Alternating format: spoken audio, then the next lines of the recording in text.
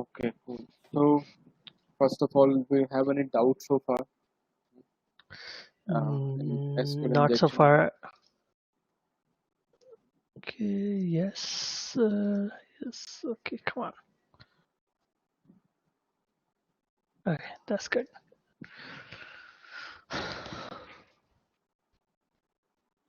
Okay, cool. So last we did till SQL injection, right? Mm-hmm. So did you try it doing SQL Just a little injection by bit. yourself? Okay, little bit. Yeah. Okay, and did you face any difficulties in that? No, I was going according to the recording, but I didn't try some extra stuff that I wanted to try. Okay, no problem. Then probably try it now. Okay, try it after the session. Sure. Not the after the session, probably on Mondays. Yeah, sure. Whatever time suits you. Yep. Because when you are going to try it by yourself, then only you will Mm-hmm. realize if you are facing any difficulty in between or stuff like that. Mm-hmm. Okay, so for today's session, we are going to start with cryptography. Okay. Start with Cryptography. cryptography. Cryptography. This is our today's module. Okay. So, so first of all, what is cryptography? Okay. So before elaborating on this term, cryptography, first of all, I need to tell you that there are some other terminologies as well, like Mm-hmm. cryptology and crypt analysis.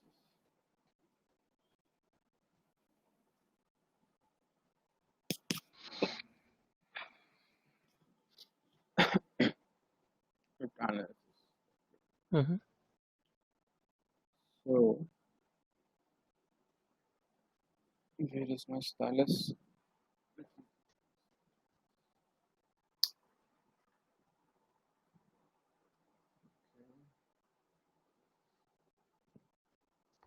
Cryptography. Yeah. So the parent term here is your cryptology. Okay. Cryptology. That is your parent term here. And cryptology is further divided into two things. One is your cryptography, and another one is your crypt Crypto analysis. analysis. Yeah, crypt analysis.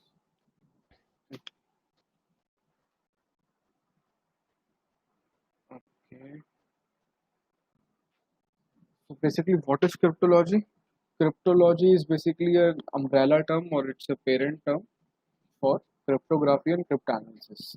Something that is going to incorporate or that is going to comprise of both of these things is going to be called Mm-hmm. cryptology. So to understand, to explain cryptology, we need to explain cryptography and cryptanalysis. So let's start with cryptography then.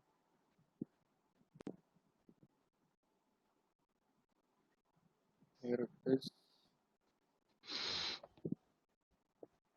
Cryptography. What is cryptography? Basically, cryptography, how are we going to define it? We are going to define it as it is an art or it is an science. Art or science of secret writing or hidden writing. Okay, it's the art of secret writing or it's the art of hidden writing, as you can say.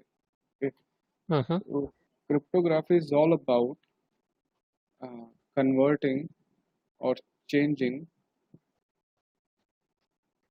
your plain text into ciphertext. Okay. So now comes the question that what is plaintext and what is ciphertext? Just get here.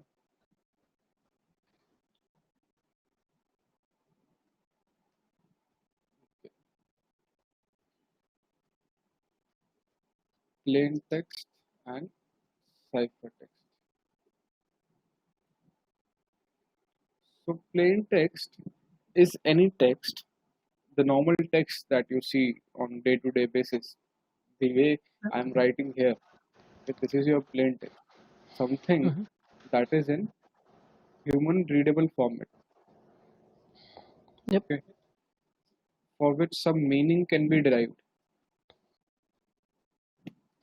Okay, so you can see whatever I am writing here on the screen. This is plain text. Why is it Mm-hmm. plain text? Because it is in human readable format. First of all, you can read it. Okay, and a human can comprehend the meaning out of it as well. Okay. So then comes what is ciphertext. So ciphertext is something that is in non-human readable format. Okay, or no meaning can be derived out of it. Mm-hmm. Okay, something that is not comprehensible by a human being is going to be called as a ciphertext. Okay, so you will be able to see it. You will be able to see the text, and probably sometimes you would be able to read it as well, but you would not be able to derive any meaning out of that text. That is going to be ciphertext. Okay, for a layman, for a casual user, it is going to be all gibberish. Okay, that is your Yep.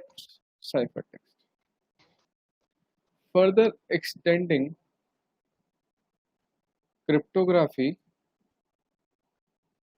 is what we can say. It is the science of encrypting Unscripted. the data and decrypting the data. Okay, Mm-hmm. so now here comes your two more terms. First one is your encryption, and the another one is your Decryption. decryption. Okay, as it's a single word, just write this one, decryption. Okay, so what is encryption and what is decryption? So encryption is basically it is the process of converting plain text. So in this module, I'm going to refer plain text as PT. Mm-hmm. Okay, it is not penetration testing here; it is plain text. PT. Plaintext. Plain text. It is the process of converting plain text Mm-hmm. into a ciphertext. Okay, this is basically your encryption. Yep. And similarly, the exact opposite of encryption is decryption. So decryption is basically the process of Yes. the Ciphertext is scripted to plaintext. ciphertext being converted into plain text. Okay. This is called your decryption process.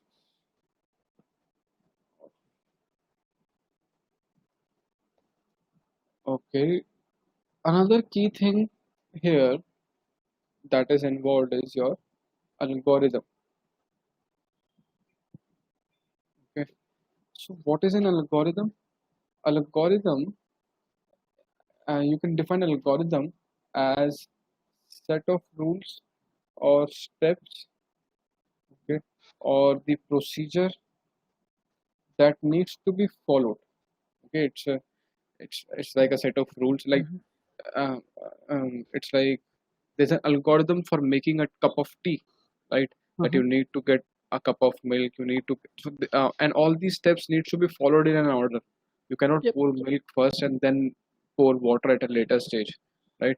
First of all, you need Yep. to pour water, add some sugar, add some teaspoon of tea leaves, put some elaichi and all that stuff, let it boil.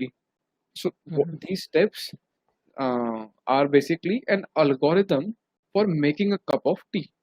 Okay, so Yep. whatever rules or procedure that you need to follow. Similarly, this encryption, decryption, all this cryptography also involves algorithms.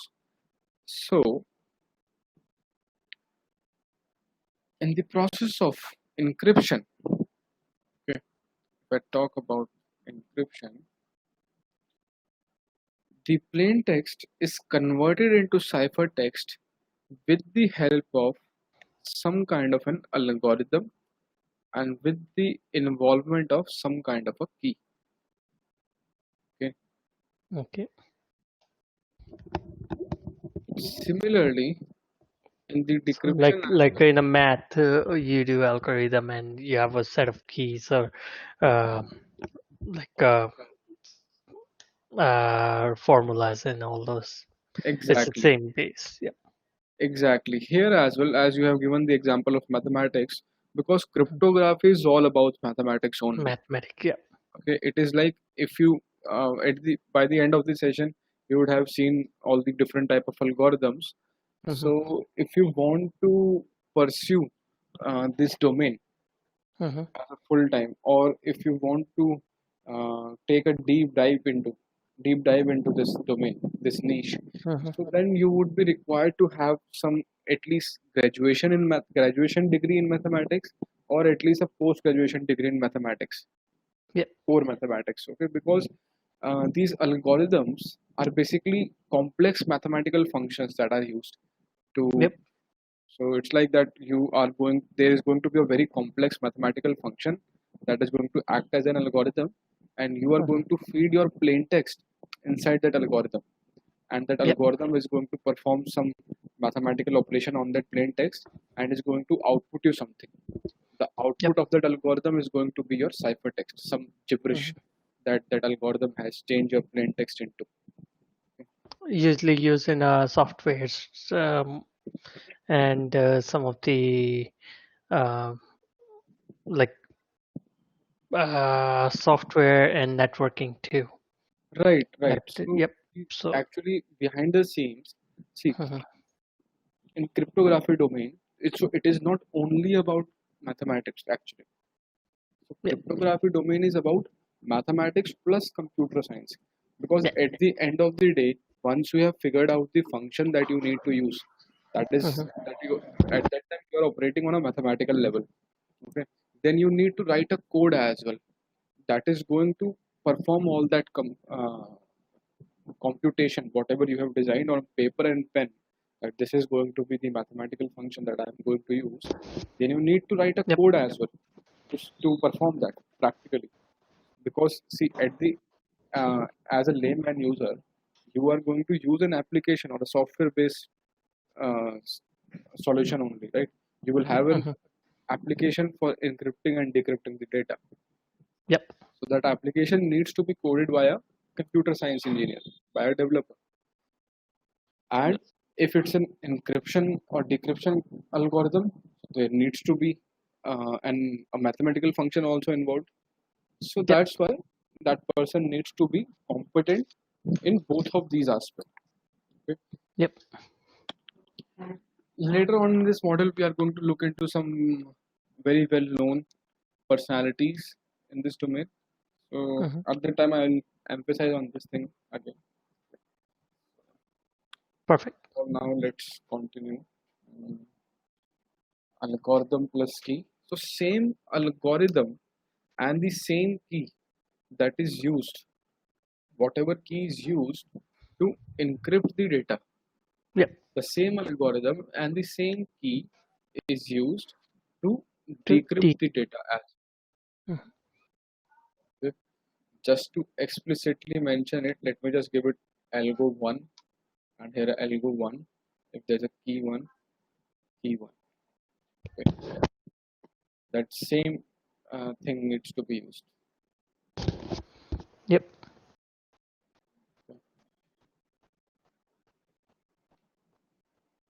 Okay. Don't worry, I got it. Algorithm, encryption, decryption, plaintext, ciphertext. Okay. Fair enough. Okay, so then here I have mentioned why do we need to use cryptography? What is the need of cryptography? So basically, Mm-hmm. cryptography is used in very wide domain throughout the IT industry. Okay, Mm-hmm. if I say where it is used, so probably it is used everywhere, anywhere that you can think, cryptography is being used. Yep. Okay, so why is it used? It is used for non-repudiation. Okay, for example, when you implement cryptography in digital signatures. Okay, Mm-hmm. so those are like, and digital signatures is like a solution for non-repudiation, ensuring that uh, the person who is sending an information along with his digital signature is accountable for what he or she is sending. Okay. Mm-hmm. So their cryptography is used, okay, for maintaining the confidentiality or for maintaining the security of a resource. Cryptography is used, right, that if you do not want anyone else to see whatever you are sending or whatever you are sharing, so then what you are going to do, you are going to encrypt your information and then send it, right? Right. Then for integrity as well, cryptography is used. So for implementing integrity, for maintaining integrity, the specific type of cryptography that is used is called your hash functions or the hashing algorithm. Okay. So hashes or hashing algorithm are basically built with a single goal in mind, with a single, I would say, motivation in mind, that is to ensure the integrity of any resource. Mm-hmm.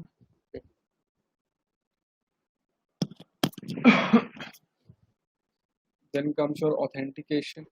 Similarly, and here I have mentioned where it is used.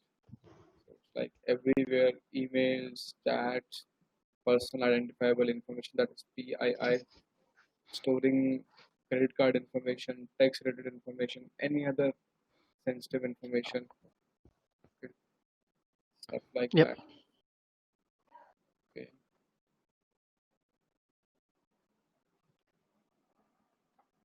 So now there are like various types in this cryptography. Okay. So there are like huge uh, types in this cryptography. So what we have done here is we have basically divided all of that stuff in various categories. Okay. So, just-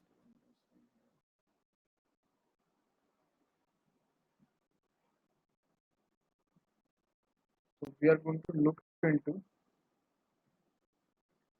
types of Give cryptography. me a second. Give me a second.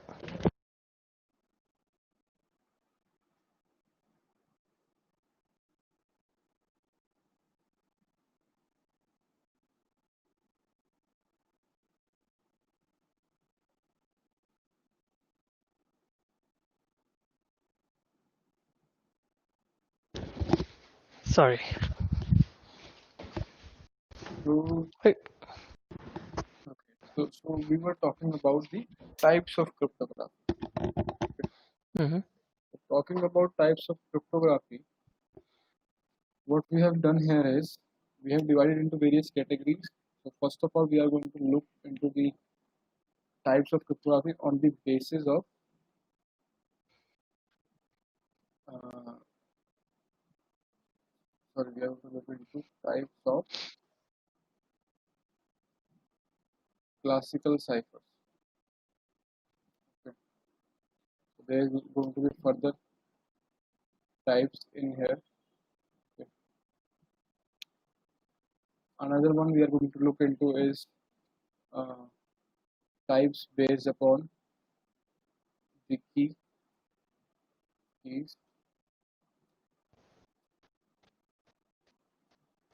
types on the basis of input type. Okay. Mm-hmm. First of all, let's talk about on the basis of classical cipher. Okay, so what are the types of classical ciphers in cryptography? Yep.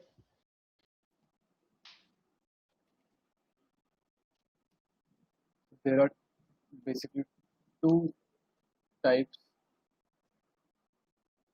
into this classical ciphers. Okay. Mm-hmm. The one is your transposition cipher,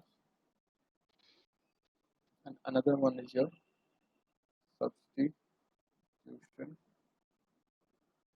cipher.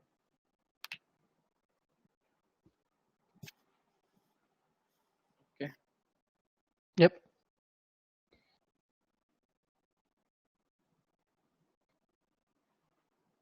Okay. So now let's talk about what are transposition ciphers and what are substitution ciphers. Okay. But before Mm-hmm. talking about this thing, let me just give you a general idea of cryptography. Okay, general example of cryptography. Mm-hmm. So talking about a general example of cryptography. So the whole concept of cryptography was all about converting plain text To into ciphertext. ciphertext, okay, with help of some kind of an algorithm and some kind of a key. Key. So let's take a plain text here. Let's take a plain text, like my plain text is hello. Okay. And Mm-hmm. I'll just assume a brief algorithm. Before that, let me just assume a key. My key value is 3. Okay. And what is my algorithm? So my algorithm is like whatever you have in plain text, whatever alphabets you have, first of all, Mm-hmm. you need to write uh, alphabets from A to Z. Z. Okay. And number your alphabets A to Z from A to 1 to 26. Mm-hmm. Okay. It's like A means 1, B means 2, 2. C Yep. means 3, okay, and so on and so forth till Z is equals to 26. Okay. So here I would have done this thing. Okay. Here you can see that I have written all this Yep. alphabet to number representation. Okay. Now what we need to do is, first of all, whatever is my plain text, I need to type my plain text. I need to convert my plain text into the corresponding number. Okay. So H is your 8, 8. 8, 5, 3. 5. Sorry, 5. 5. L is your 12, 12, 12. O is your 15. 15. Okay. So whatever number you get, you need to add your key to it. Key. That means I need to add 3. 3 to it. Okay. So 8, 9, 10, 11, 11. 5 plus 8. 3, 8. 15. 15. 18. Okay. So this is something that I get after adding the value of key, 3. adding the key. Mm-hmm. Okay. Then whatever number you come across, you need to convert that number back to your alphabet. Alphabet. Yeah. So 11 is your K, K. K.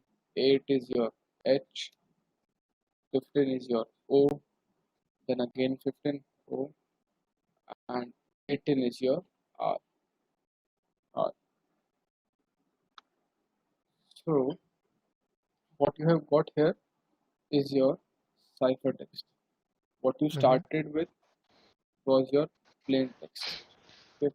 In between, all this thing, this conversion is your algorithm. All this thing is your part of algorithm Algorithm.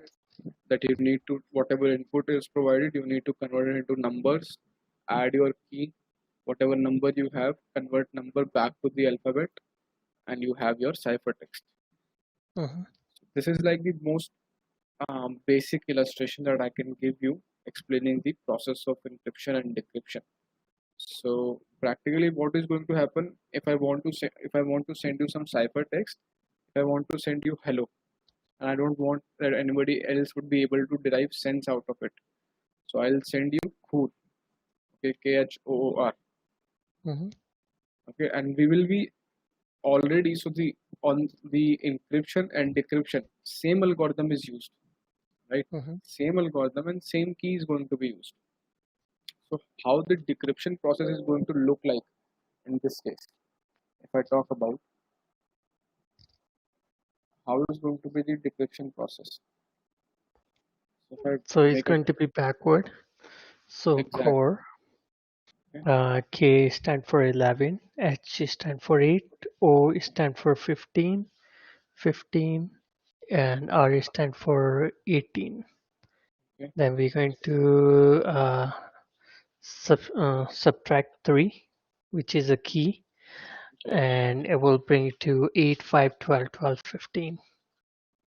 Then we're going to put it in a plain text, which become hello. right. So this was on the outside. I have shown you the process of decryption. Okay. So in this case, the sender and receiver, or both the parties, needs to be aware of the algorithm and the key as well. Okay. So only those person would be able to decrypt it who are aware of the algorithm. First point, and another point is that who are aware of the key, right? So what I'm going to do is I'm going to send you KHOR, okay, and anyone else who is going to see it would not be able to derive any sense, and for Until you, I have the key. right, okay, and you would be able to decrypt the message and make sense out of it. Okay, so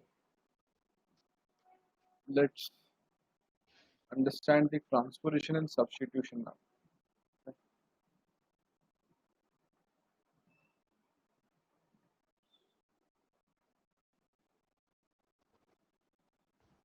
Substitution, sorry, transposition cipher. So in substitution ciphers, basically, as the name signifies, whatever is in the plain text, it is replaced or substituted with some other alphabet.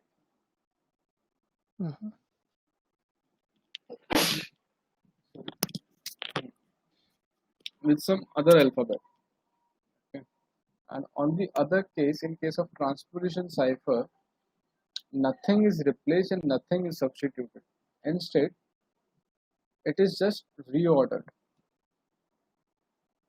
Okay. Or as we can say, it is just jumbled, you can say. Okay. So whatever example that we did so far for understanding the basics, that is an example of substitution cipher. Why so? Because in that case, we substituted the alphabets, okay, to some other alphabet, to some other corresponding alphabet, that H become Which we did. Yep. K. H was replaced by K. H was substituted by K. Yep. And so that was the example of substitution cipher. Okay. If I need, so that was just like a layman example. If I need to give you some formal example, then there's an algorithm called ROT 13. Okay. Example, let me just type here example. ROT 13 is an example of substitution cipher. Okay. Rot 13 basically means your rotation by 13. Okay. What happens here is everything is same, algorithm is same, it is just the key value that changes. So in Rot 13, what you need to do is the key becomes 13. Instead of 3, it becomes 13. Algorithm is saying that you need to convert it into a number, add 13 to it, and then you will get the ciphertext. Rot 13 is like very well known algorithm. So if it's like y, then it's 13 become like just go back, yeah, a. Right. So if it is like y, what you need to do is, if let me just give you an example here. First of all, let me explain you Rot 13 here. So y is your 25, right? Y is my 25. Y becomes 25. Then I need to add 13 to it. Okay, 2, 3, 30. It becomes 38, right? So the maximum that you can count is 26, right? So after 26, the counting start. You need to start counting again from the beginning. From the a. Yep. Okay. It becomes 38. 38 minus 26 is your 1, 2. Okay, 12. So 12 is actually going to be the ciphertext here. 12 Which is is I. your L. K, L, L. Okay. So it's like if you are going to add 13 from here, this is going to be 1. 26 is going to be 1, right? And then 2, 3, 4. Let me just increase the size. I can see. Yeah. 2, 3, 4, 5, 6, 7, 8, 9, 10, 11, 12, 13. This is going to be the 13th character from counting from Y, right? Yep. Okay.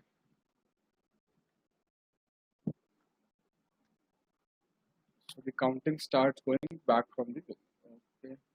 Y became 12. 12 is your L. Basically, Y is going to become L. Let me just type for you. Okay. In case of Rot 13. So there's a good catch here. Okay. So in case of Rot 13, as your total number of alphabets at 26. Okay. So and the set of 26 alphabets can be very well divided into two halves, equal halves. Okay, 13 and 13 characters. So the alphabets start corresponding to, they start gets mapping to a specific alphabet. So it's like if you are going to have A in your plain text and you want to convert it into ciphertext using Rot 13, it is going to become N. A is going to become N. A is 1, 1 plus 13 is 14, N is 40. Yep. Okay, and when if you have, let's say, N in your plain text and you want to convert it into ciphertext. Okay, so N is 14, 14 plus 13 is going to be 27. Okay, that is 26 plus 1, that is A. So N is going to become A is going to become N.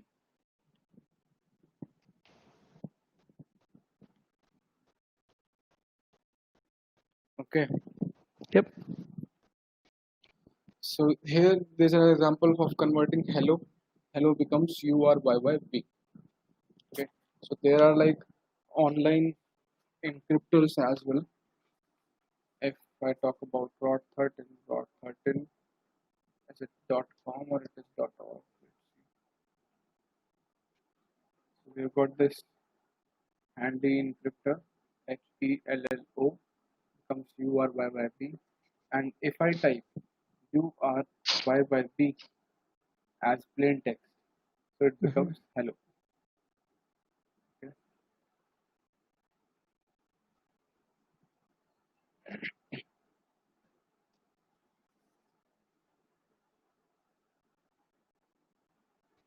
Okay, so that was an example of substitution cipher.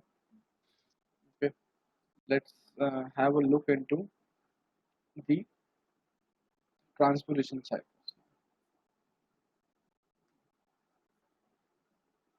So in case of transposition cipher, none of the alphabets are used, substituted or replaced. Okay. Instead, what happens is they are just reordered and jumbled. So a good example for this one is your rail fence cipher. Okay. It's an example of transposition cipher.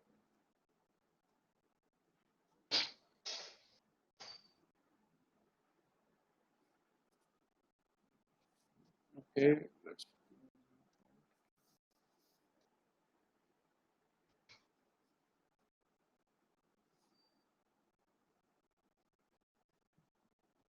rail fence cipher.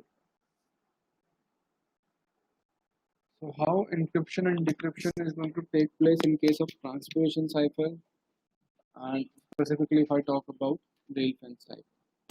Okay. So let's assume a plain text here. Let's say knocking. Okay. K N O C K I N G. Okay, this is my plain text.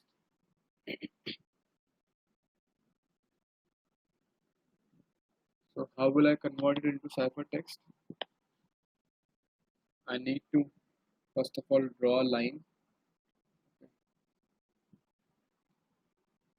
and then I need to start writing these alphabets like this, in this fashion. One alphabet above that line, one alphabet below that line.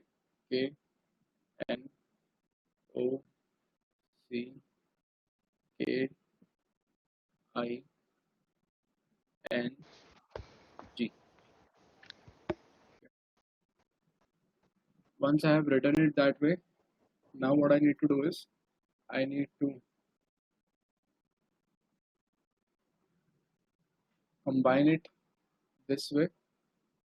It is going to become, let me just write here, K O K N, and then followed by whatever is below the line, that is K O K N N C I G. This becomes your ciphertext. What is it? It's like Cocknensik, something gibberish. Okay. You want to explain me one more time this one? Okay, so it is pretty simple. I did nothing fancy here. It is just I have just reordered whatever I have in my plain text. As you can see here, no alphabet was added, right? No alphabet was removed. Nothing was substituted. I just draw a line, okay, and whatever was my plain text, I started writing it this way: one alphabet above the line, one alphabet below the line. That's all. Okay.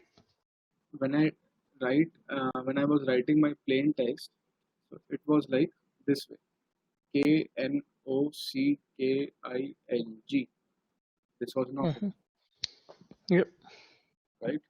And when I Yep. need to convert it into ciphertext, just combine the first part and combine the second part. That's all. Okay. The first part is KOKN, another part is NCIIG. Just write it in a single word and it becomes your ciphertext, right? And here Yep. you can see that it is not in a fashion like every alphabet in plain text is going to represent or it is going to be mapped to another alphabet. There is no mapping of one alphabet to another alphabet. Nothing is being replaced, nothing is being substituted, nothing is being added. It is just we are just rearranging or jumbling the alphabets. It's like Yeah. jumble the words. So it's like if we want to decrypt it, okay, if you do not know how it was encrypted, and Mhm. if you have a good vocabulary, what you can Mhm. do is you can just consider all these alphabets as an individual alphabets, that you need to create some word, some meaningful word out of these individual alphabets collectively. K, Yeah. O, K, N, N, C, I, G. Create something meaningful out of this alphabets.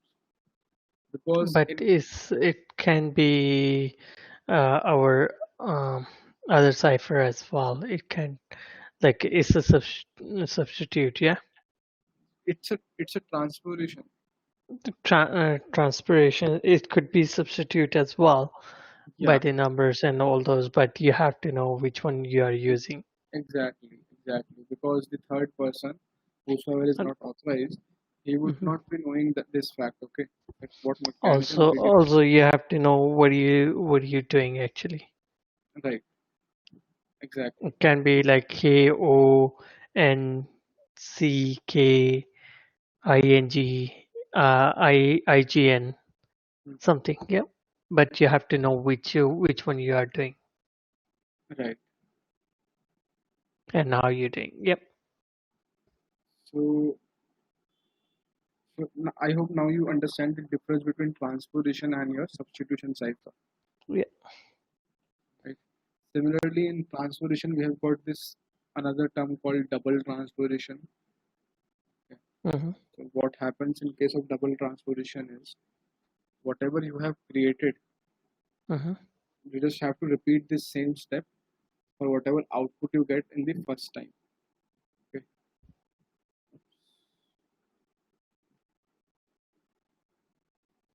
Just draw another line, and whatever ciphertext you have created so far, start writing it the similar way. It's like K, K, O, K. So I'm writing this ciphertext this in this way. Yep. K, O, K, N, N, C, I, G. Okay. And what it becomes now? It becomes K, K, N, I, O, N, C, G. This is my double transposed ciphertext. Techni, Technion, Technion, Sig. I'm not even able to pronounce it. It's Yep. not even making any So sense. we did one time and We did then it we used one more time right, again. Yep. right. This is going to be called as referred as double transposition. Double transpiration. Okay. Mm-hmm. Okay. Similarly, if you need to talk about decrypting it, okay. So what you need to do is you need to count the alphabets in your ciphertext. Okay. Mm-hmm. How many alphabets are there? It is 1, 2, 3, 4, 8. 5, 6, 7, 8. If it's in even, just divide it into two. Okay, two halves. 1, 2, 3, 4, 5, 6, 7, 8. Okay. Mm-hmm. Draw a line and write 1, 2, 3, 4 above it, and write your 5, 6, 7, 8 characters below it. Mm-hmm. And then start reading it in this fashion: 1, 5, 2, 6, 3, 7, 4, 8. And then we are going to do it one more time. Right. And start reading in this fashion, and you will be back with your plain text. Okay. Mm-hmm. Now, see, this thing is going to be pre-shared between the between the two parties who are communicating, that I have double transposed it or single transposed it. That you need to Mm-hmm. do this one time or two times for getting the Mm-hmm. plain text, right? Okay. So that was your transpiration cycle. Okay.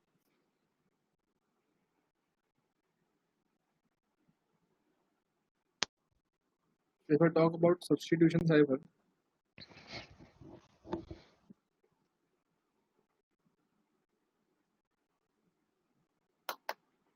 there are further two types in substitution cipher. Okay, one is your monoalphabetic, and one is your polyalphabetic.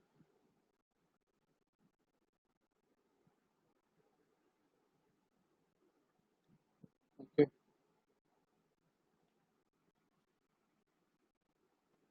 Yep. monoalphabetic ciphers and polyalphabetic ciphers. So what happens in case of monoalphabetic cipher is we did an example of monoalphabetic cipher, that whatever alphabet is going to be there in plain text, whatever algorithm we are going to use, that alphabet is always going to correspond to a same ciphertext alphabet. It's like we did in ROT 13. When we did ROT 13, we had this HELLO, and Yep. L, when L was there in plain text, L corresponded to Y. Okay. Now it does not matter that how many times L appears, the frequency of L, how many times, whatsoever times L is going to appear in plain text, every time it is going to be converted into Y in the ciphertext. Okay, as you can see in this example as well, HELLO, it becomes double Y, L is double Y. Yeah. Right? So this is your monoalphabetic, that single alphabet corresponds to another alphabet. Okay, always. What happens in case of polyalphabetic is that a single alphabet in plain text, it is not mandatory that if it is going to reappear in the plain text, that it is going to mean the same. It is going to correspond to a specific alphabet in ciphertext.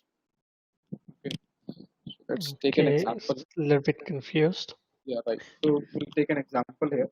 I hope monoalphabetic is clear, right? ROT 13 is clear, monoalphabetic is clear. Yep. ROT 13 is clear. Right. So let's take an example of polyalphabetic. And so monoalphabetic, which one is that? Is that the ROT 13?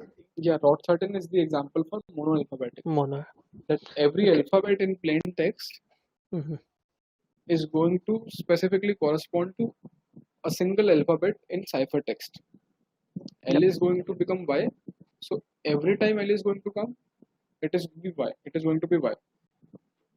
So let's take an example here. Hello. Yes. HELLO. Okay. This is my plain text, and now I am going to use some kind of a substitution cipher algorithm. Specifically in substitution cipher, I am going to use some kind of a polyalphabetic cipher. Okay. And the example for polyalphabetic cipher is your one-time keypad. Let's see if I have it here. Yeah, one-time pad. So if I take an example for one-time pad algorithm, I need to assume a key. Okay. Yep. So here I need to assume a key. Now key cannot be a number. Okay. It needs to be an alphabet or it needs to be in a sentence. So I'm not going to assume a sentence here. Let me just assume a word here. Talking about a word, let's assume key as IP. Okay, it's the IP. My key is IP. Okay. So what I'm going to do now is I need to write my plain text, and then I need to write my key just below it, like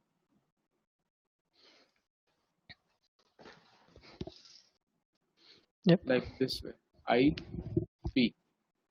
If my key is going to end and still my plain text is left, I need to start repeating my key, IP.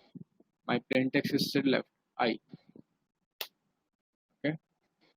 Yep. Okay. So now what I need to do is I need to convert H into a number, I into a number, add those numbers, get a number, and write that number, convert that number into an alphabet.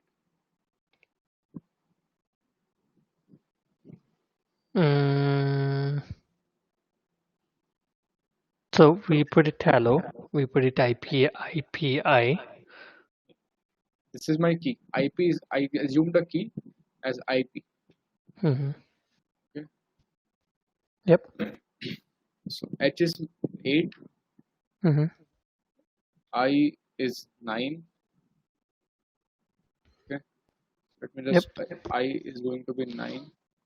P is, where is P? 5. P is 16. P is 16. Oh, sorry. E is 5. 916, 916, 969. Okay. And hello is H is 8. A, B, C, D, E. This is 5. 5. 15. L is 12. 12, sorry. 12, 3, 15. Sorry. No issues. 12. 12 and 15 here. O is probably 15. Let me just confirm. Yes. Okay. So 8 plus 9. It becomes 17. Let me just change the color. It becomes 17 here. Okay. 16 plus 5 becomes 21 here. Okay. This is again 21 here. 12 plus 21. 12 plus 16 is your 28. 15 plus 9 is your 24. Okay. Yep. So far everything is clear. Yes. Now just convert these numbers into their alphabets. 17, 21. 17 is Q. Q. 21 is U. U. U. 28. Is B. 28 is going to be B. And 24 is X. X. So my hello became Q, U, U, V, X. Okay. What it was initially? It was H, E, L, L, O. Right? Mm-hmm. So here you can see that when L appeared for the first time, it was substituted with U. Yep. And when L appeared another time, so L was not mapping to U. L was not hard-coded or mapped to U. Okay. Yeah, it's become B because it's a 16. We added 16 on 12. Right. So here, no single alphabet is mapped to another single alphabet. Okay. A single alphabet in the plain text, if it is going to reappear, if the frequency is increased, if it is going to reappear, so the value in the ciphertext can vary. So L can be substituted with U, and L can be substituted by B as well. Okay, this is the main difference that we need to understand. That single alphabet in the plain text does not correspond to a single alphabet in the ciphertext. Okay. Yes. This is your polyalphabetic. The single alphabet can be substituted, can take multiple forms. Poly. Okay. This was like just a simple example. Okay, the more complex one would be like if you take a plain text, you like a sentence. Okay. And then We you take use the polyalphabetic and then put it the monoalphabetic all together. right, It's gonna that get more is also complex. possible. Right, and in this case we just use a small key. Right, it was a 2-alphabet key, IP. You can even assume a key as long as a sentence. you are encrypting a sentence, you can take it Mm-hmm. like, let's say, port knocking. It's a sufficiently big bird. Okay, you can take it as a key,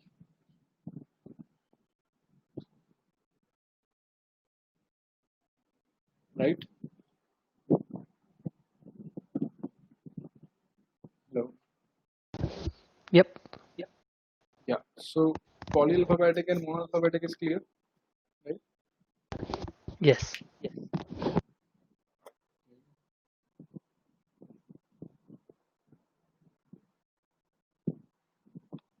So here I have mentioned some examples. Okay. For example, for transpiration cipher, there is a rail fence cipher. Okay. These are your transpiration ciphers are also your keyless ciphers. Mm-hmm. Okay. As you, if you can remember, when we did that rail fence cipher, we did not use any key. There was no key value. We just draw a line. We Yep. wrote some words above that line, some words below Mm-hmm. that line, and just that. Mm-hmm. There was no key involved. Right? Yep. Okay, and there, then here I have given some examples for monoalphabetic and polyalphabetic, like Playfair cipher, Beginner cipher, one time pad, okay, Hill cipher. In monoalphabetic, ciphers are like additive ciphers. These are like further types of monoalphabetic ciphers. Okay, Yep. so if here so far we were just looking into the additive ciphers. As you can understand that we were assuming a key and then we were adding that key. Yep. Okay, so in multiplicative cipher, what is going to happen is you are going to assume a key and then you are going to multiply it instead of adding it. Okay, Okay. So yeah, like if we have it hello world, so H is 8 yes, and key is 3, so 8 times 3 15. right, Oh, sorry. 27. Yeah, 24. Sorry, Yep. 24. Yeah, Okay. right. Okay, so let's proceed further now. Now comes your second type that were on the basis of input type. The ciphers on the basis of input type. If I talk about input type,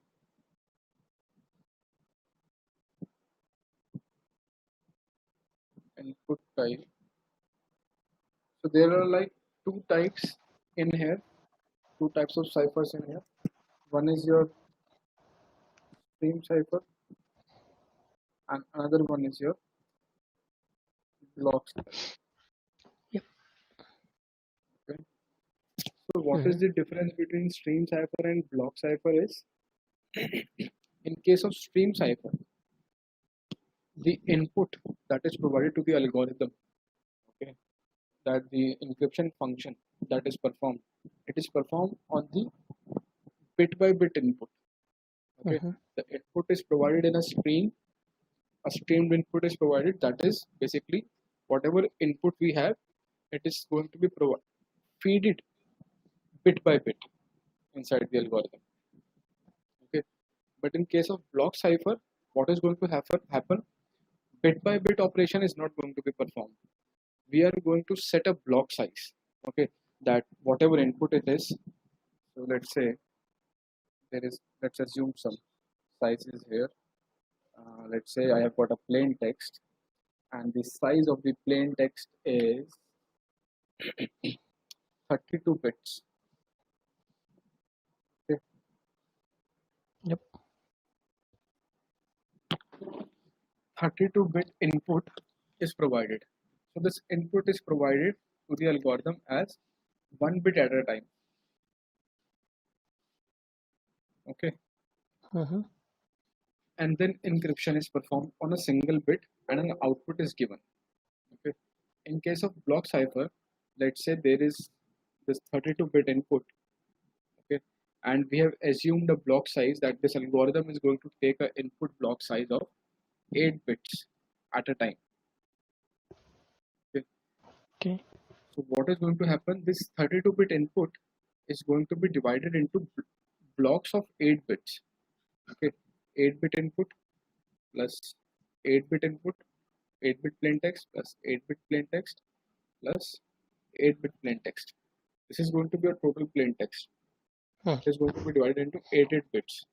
And then at a single point of time, this collectively, this block of 8-bit is going to be fed to the algorithm at once.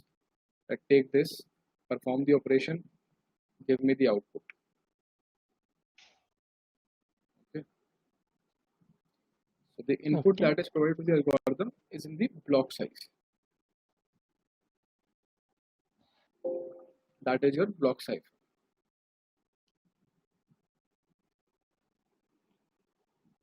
ठीक है जी? Yes, sir. Okay.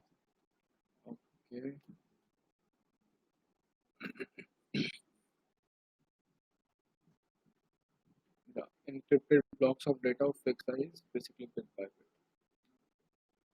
Ciphers based upon key.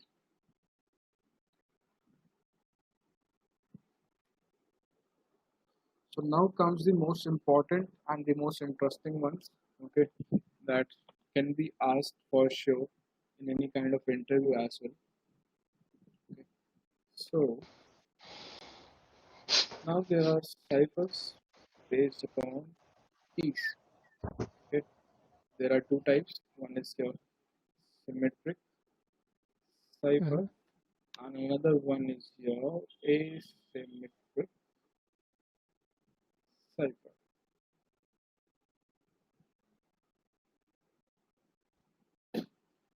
Okay. Yes, sir.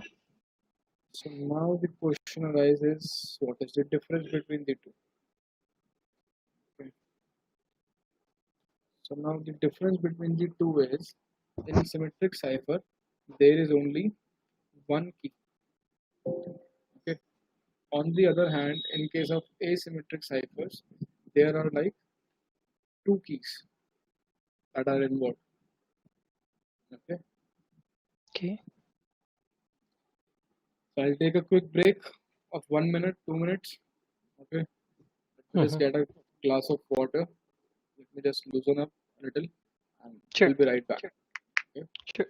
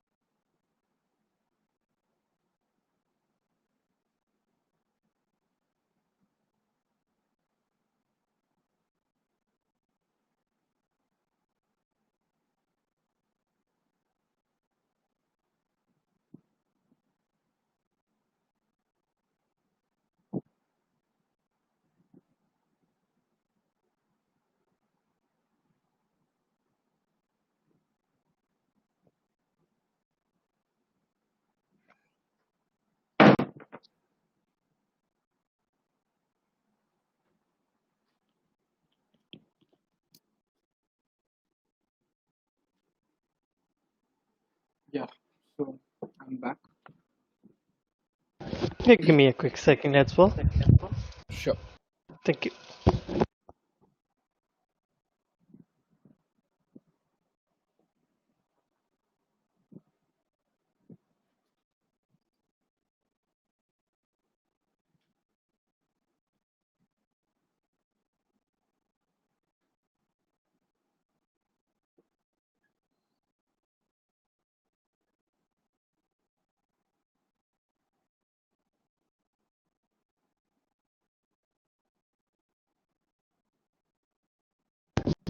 Yep, I'm here. Okay, so let's continue now. Mm-hmm. So in symmetric cipher, there is one key. In asymmetric cipher, there are two keys. In symmetric cipher, this one key is your private key. Okay, Mm-hmm. as this key is of utmost importance. Okay, this key needs to be kept private. It needs to be kept safe. It is Mm-hmm. only shared between the two designated parties, Mm-hmm. whosoever are involved in encrypting and decrypting the data. If this private key is leaked, so anyone who is having access to the private key would be able to decrypt the sensitive data, Mm-hmm. right? In case of asymmetric cipher, there are two keys, and these two keys are called as public key and your private key. So these two keys, as their name signifies, the one is private key. That key needs to be kept private. That key is never supposed to be shared. Okay? Another Yep. one is your public key. As the name signifies, it can be shared publicly. Shared. Okay? It can be shared publicly. Let me see if I can get a good diagram. Uh, so before proceeding further, so symmetric cipher. So far we have been looking into symmetric ciphers only. Okay, we Mm-hmm. used to have one key. Okay, so symmetric cipher is probably clear to you. Okay, that there was an algorithm, there was a key, there was some plain text. We used that algorithm and that key to convert into ciphertext. And whenever we wanted to decrypt it, we used the same algorithm, same private key, same key basically to decrypt from ciphertext to plain text. Yep. Right? So certain examples here, if I talk about certain examples here are like your DES, that is data encryption standard algorithm, triple DES, AES, advanced encryption standards algorithm. Okay. And in case of asymmetric cipher, the example is your RSA algorithm. Okay. So example EG dot. Okay. So symmetric ciphers are clear, right? Put some emphasis on the asymmetric cipher. Asymmetric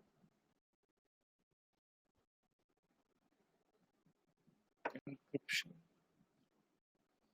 Hmm,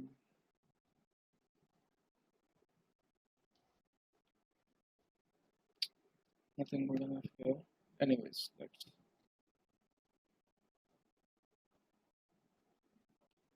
let's understand the asymmetric cipher. There are going to be two parties here. One is going to be your Alice, one is going to be your Bob. Okay. So in this case, both of the parties are going to have their own set of keys. Okay. It's like A is going to have his set of keys, that is A public, A pub, A public key, Mm-hmm. and A private key, A PVT. Okay. That is A private key and A public. Similarly, in case of Bob, we are going to have Bob public key and Bob private key. Okay. these keys are mathematically dependent on each other.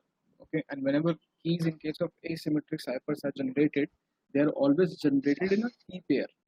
Okay, whenever a public key is generated, there is going to be a corresponding private key uh, corresponding to that public key that is also going to be generated. So these keys are always generated in pairs. Okay. So now what is going to happen is Alice is having this key, Bob is having these keys. Okay. Before transmitting anything, as you know, that we have got public keys. So both of these parties are going to share their public keys. Okay. So Bob is going to share its public key here. So now Alice is going to have Bob's public key. Okay. And similarly, Bob is going to have Alice public key. So this is the current inventory on both sides. Okay. Now let's say Alice needs to send some data. Okay, there's a piece of document here that needs to be sent. Okay. So what Alice is going to do is, in case of asymmetric cipher, Alice is going to encrypt this data with the public key of the receiver. Okay, so this data is going to be encrypted using B public key. Okay, so there's a standard rule in case of asymmetric cipher is data is always encrypted using public keys and data is always decrypted using private keys. Okay. And whenever some data is encrypted with a public key, only the corresponding private key can decrypt it. The key pair that was generated mathematically, the both keys are, as I told you, both keys are generated at the same point of time. They are generated in key pairs. Okay. So the corresponding key, the corresponding private key can only decrypt it. So this data is going to be sent to the Bob. What Bob is going to do is, Bob is going to apply his private key. When private key is applied on it, the private key, this encryption is going to be decrypted and Bob can now read the document, whatever was sent. Encryption using public key, decryption using private key. Keys are going to be generated in pairs and these key pairs are always mathematically dependent to each other. Right? Anything that is not clear, you can ask me now. So it's just a little bit confusing, that's all. Right. It is a little bit confusing. That's why I would suggest you to go through this again. Okay. The concept is same. Let me just re-emphasize on it. So let's say Alice was willing to send something to Bob and Alice encrypted the data using B public key. Now Alice is dicey. Alice is unsure about the document that he is sending. Alice wants to take a look again into the document. That maybe I had some typos or maybe I encrypted some wrong document. Okay, I need to just confirm it before sending it, just to be double sure. But now can Alice look into the document? The answer is no. Once the data has been encrypted using a public key, it can only and only be decrypted using the corresponding private key. So once Alice has encrypted the data using B public key, he himself cannot even view the data, whatever he has encrypted. Because he have to have the other key, the AP public key. The private key. Private key, yep. Right, the private key of Bob, and that is going to be private. That is not going to be shared. That is only going to be available with the Bob itself. Okay. Copy. So, similarly, when Bob is trying to share something to Alice, Bob is going to encrypt the data using the Alice public key. Mm-hmm. and is going to send the data to the Alice. Alice, when it is going to receive the data that is encrypted using his public key, Mm-hmm. then Alice can decrypt that data using its own private key. Okay, so let me rephrase. If Alice trying to send the data to Bob using the public key, yep, Mhm. and Alice trying to open it, but he cannot open it until he have a private key Right, from the Bob right, because he sent the document to Bob, right, right? right. So to for Alice to decrypt the data, he have to get the key from Bob. And that is not going to be possible. So at the end of the day, Alice needs to discard that thing, dump it, Mm-hmm. and do the whole process again. Double check it, double check whatever you are encrypting before you are encrypting using the public key of other person. Okay, Mm-hmm. because you are never going to have the private key of another person. Bob is never going to share his or her private key to you. Anybody? Right. Copy. This the same things is explained here in various diagrams. Mm-hmm. Okay. Um,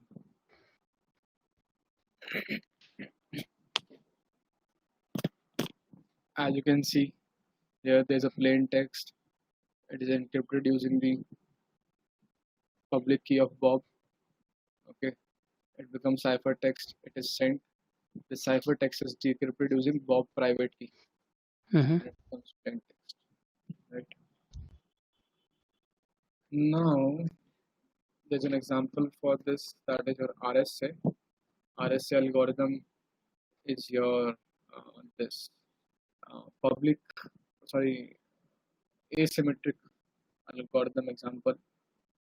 So what is the full form for RSA? RSA stands for Rivest, Shamir, and Edelman.